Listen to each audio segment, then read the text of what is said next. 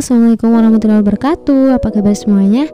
Tabi pun kembali lagi dengan Ibu Mainita dalam mata pelajaran ekonomi kelas 11, materi pembangunan ekonomi. Minggu kemarin kita sudah mempelajari tentang pertumbuhan ekonomi. Jadi di hari ini kita akan membahas tentang pembangunan ekonomi. Kira-kira apa sih itu pembangunan ekonomi? Jadi, pembangunan ekonomi adalah suatu proses kenaikan pendapatan total dan pendapatan per kapita dengan memperhitungkan adanya pertambahan penduduk disertai dengan perubahan fundamental dalam struktur ekonomi suatu negara dan pemerataan pendapatan bagi penduduk suatu negara. Jadi, kesimpulan dari pembangunan ekonomi adalah kenaikan pendapatan nasional, pemerataan pendapatan, dan disertai dengan perubahan struktur ekonomi yang lebih baik pula.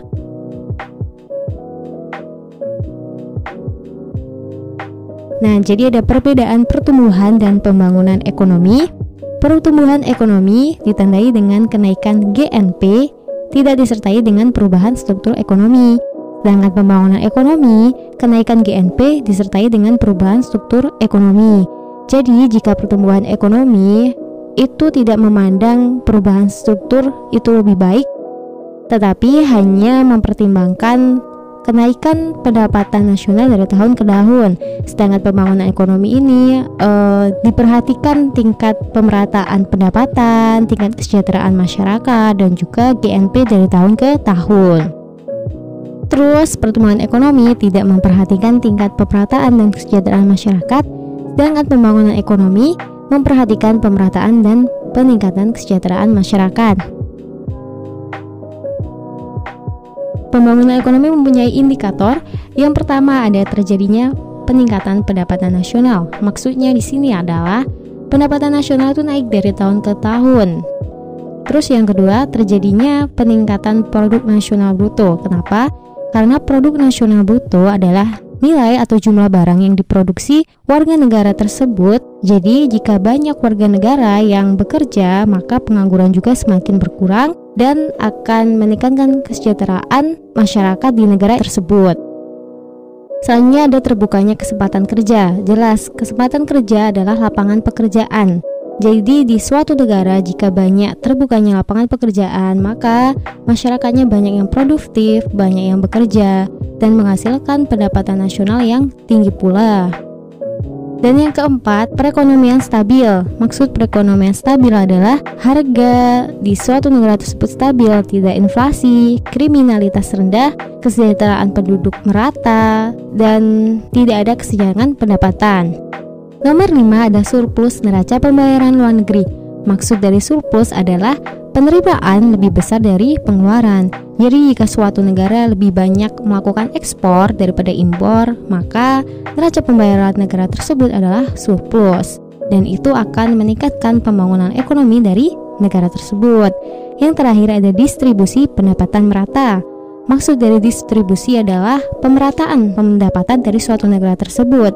Jadi indikator pembangunan ekonomi itu adalah jika pendapatan di negara tersebut itu rata, tidak ada yang ketimpangan, tidak ada yang kaya semakin kaya, dan tidak ada yang miskin semakin miskin. Dan biasanya pembangunan ekonomi ini adalah indikator untuk menyatakan suatu negara tersebut maju atau berkembang. Tahapan pembangunan ekonomi.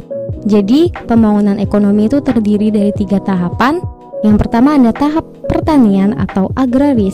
Biasanya ini dipropoli oleh negara-negara dari Asia Tenggara seperti Indonesia, Vietnam, Thailand, karena rata-rata negara Asia Tenggara adalah beriklim tropis yang sangat cocok untuk daerah pertanian.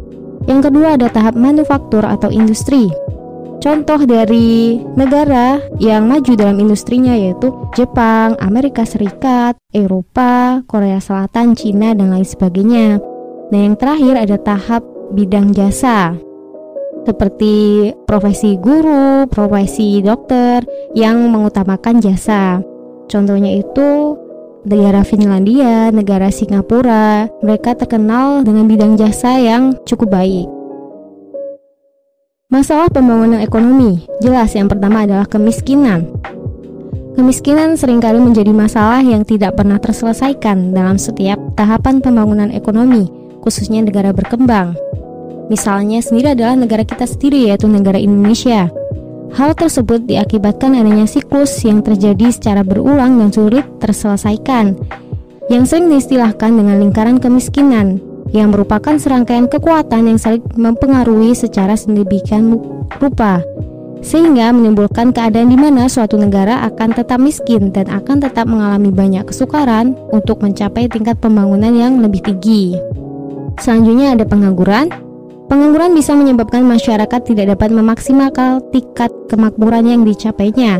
Jika suatu negara angka penganggurannya semakin tinggi akan menyebabkan daya beli masyarakat berkurang, sehingga permintaan terhadap barang-barang hasil produksi juga akan berkurang. Dan ini pasti akan mengakibatkan pendapatan nasional dari suatu negara tersebut akan berkurang dan menyebabkan negara tersebut termasuk negara berkembang. Selanjutnya ada ketimpangan pendapatan. Jadi ketimpangan pendapatan itu membuat jurang si kaya dan si miskin semakin curam, yang mengakibatkan terjadinya kecemburuan sosial dan berpotensi untuk memicu terjadinya berbagai tindakan kriminal. Misal di Indonesia ini masih banyak terdapat adanya pencopetan, pencurian, masih banyak tindakan-tindakan kriminal lainnya. Salah satunya apa? Karena distribusi pendapatan di negara Indonesia itu belum merata. Bisa dilihat dari gambar berikut ini, di samping hotel yang mewah dan megah, terdapat banyak perumahan kumuh yang sudah tidak layak pakai. Ini merupakan contoh miris bahwa negara Indonesia memiliki ketimpangan pendapatan yang sangat curam. Ini bisa mengakibatkan kecemburuan sosial yang sangat tinggi dan pastinya akan mengakibatkan negara tersebut adalah memasuki kategori negara berkembang. Dan yang terakhir adanya tingginya pertumbuhan penduduk. Biasanya disebabkan karena tingginya angka kelahiran di suatu negara. Bisa juga disebabkan karena pernikahan dini yang mengakibatkan kehamilan dini pula. Banyak pula orang yang beranggapan bahwa banyak anak, banyak rezeki. Jadi mereka banyak sekali membuat anak agar percaya atas mitos tersebut. Selain itu, dalam sebuah keluarga biasanya beranggapan bahwa penerus dalam sebuah keluarga adalah anak laki-laki, sehingga apabila dalam pernikahannya belum memiliki anak laki-laki, maka mereka akan berusaha sampai mendapatkan anak laki-laki. Maka pemerintah Indonesia membuat program yang dinamakan KB, yaitu 2 anak lebih baik. Kenapa? Karena ini salah satu upaya pemerintah untuk menekan jumlah pertumbuhan penduduk di Indonesia yang sangat banyak. Selanjutnya ada strategi pembangunan ekonomi. Yang pertama ada strategi pertumbuhan. Strategi ini terpusat pada pembentukan modal. Karena pada strategi ini berprinsip bahwa semakin banyak modal, maka pertumbuhan ekonomi juga semakin baik atau semakin pesat. Selanjutnya ada strategi pembangunan dengan pemerataan. Dalam strategi ini ditekankan peningkatan pembangunan melalui teknik social engineering, yaitu penyusunan perencanaan induk dan paket program terpadu. Jika pembangunan ekonomi ingin terlaksanakan, diperlukan sarana untuk menunjang kegiatan ekonomi, seperti penyediaan pendidikan, kesehatan, dan juga jalan raya. Yang ketiga, ada membuat dan melaksanakan perencanaan pembangunan. Dalam perencanaan ini, perlu adanya dukungan pemerintah dan juga pengawasan dari seluruh masyarakat. Yang keempat, mengembangkan kegiatan ekonomi.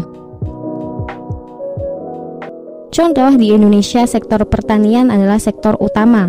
Jadi, pemerintah dapat memberikan subsidi bagi para petani agar produknya tidak kalah saing dengan produk luar negeri, sehingga bibitnya unggul dan juga pupuknya baik dan menyebabkan padi yang berkualitas. Selanjutnya ada meningkatkan tabungan dan investasi. Tabungan dan investasi merupakan modal yang sangat penting dalam pembangunan. Dengan perbaikan kualitas pendidikan, masyarakat akan berupaya untuk meningkatkan produktivitas dan pendapatannya, sehingga dapat meningkatkan tabungan dan investasi pula. Selanjutnya ada peningkatan kualitas pendidikan. Pendidikan merupakan unsur penting pembentuk kepribadian bangsa dan kualitas masyarakat. Di berbagai negara, pendidikan selalu diutamakan dalam setiap pembahasan strategi yang dibuat pemerintah untuk memajukan pembangunan ekonominya. Contohnya sendiri kebijakan pendidikan di Indonesia, yaitu wajib belajar 9 tahun yang kemudian ditingkatkan lagi menjadi wajib belajar 12 tahun. Setelah menempuh pendidikan wajib belajar 12 tahun, pemerintah juga seringkali membuka kesempatan bagi siswa berprestasi untuk mendapatkan beasiswa ke perguruan tinggi. Bahkan program ini diikuti oleh banyak pihak swasta dalam upaya membangun kualitas bangsa. Jadi tidak heran biasanya negara-negara maju, pendidikan mereka juga maju karena akan menyebabkan sumber daya manusia yang baik juga. Yang terakhir, ada strategi pendekatan kebutuhan pokok. Sasaran dari strategi ini adalah menanggulangi kemiskinan secara massal. Jika kebutuhan pokok tidak mungkin dapat dipenuhi, jika pendapatan hasil rendah, akibatnya kemiskinan yang bersumber pada kepengangguran, sebaiknya usaha-usaha lebih mengarahkan untuk menciptakan lapangan pekerjaan, kebutuhan pokok, dan lain-lain. Oke, itulah tadi pembelajaran kita hari ini tentang pembangunan ekonomi. Apabila ada yang ditanyakan, silahkan komen di kolom komentar ya. Insya Allah akan Ibu jawab. Semoga video ini bermanfaat. Dan jangan lupa subscribe, like, dan juga komen, serta share ke sosial media yang kalian punya. Ibu akhiri, wassalamualaikum warahmatullahi wabarakatuh. Stay safe, stay happy.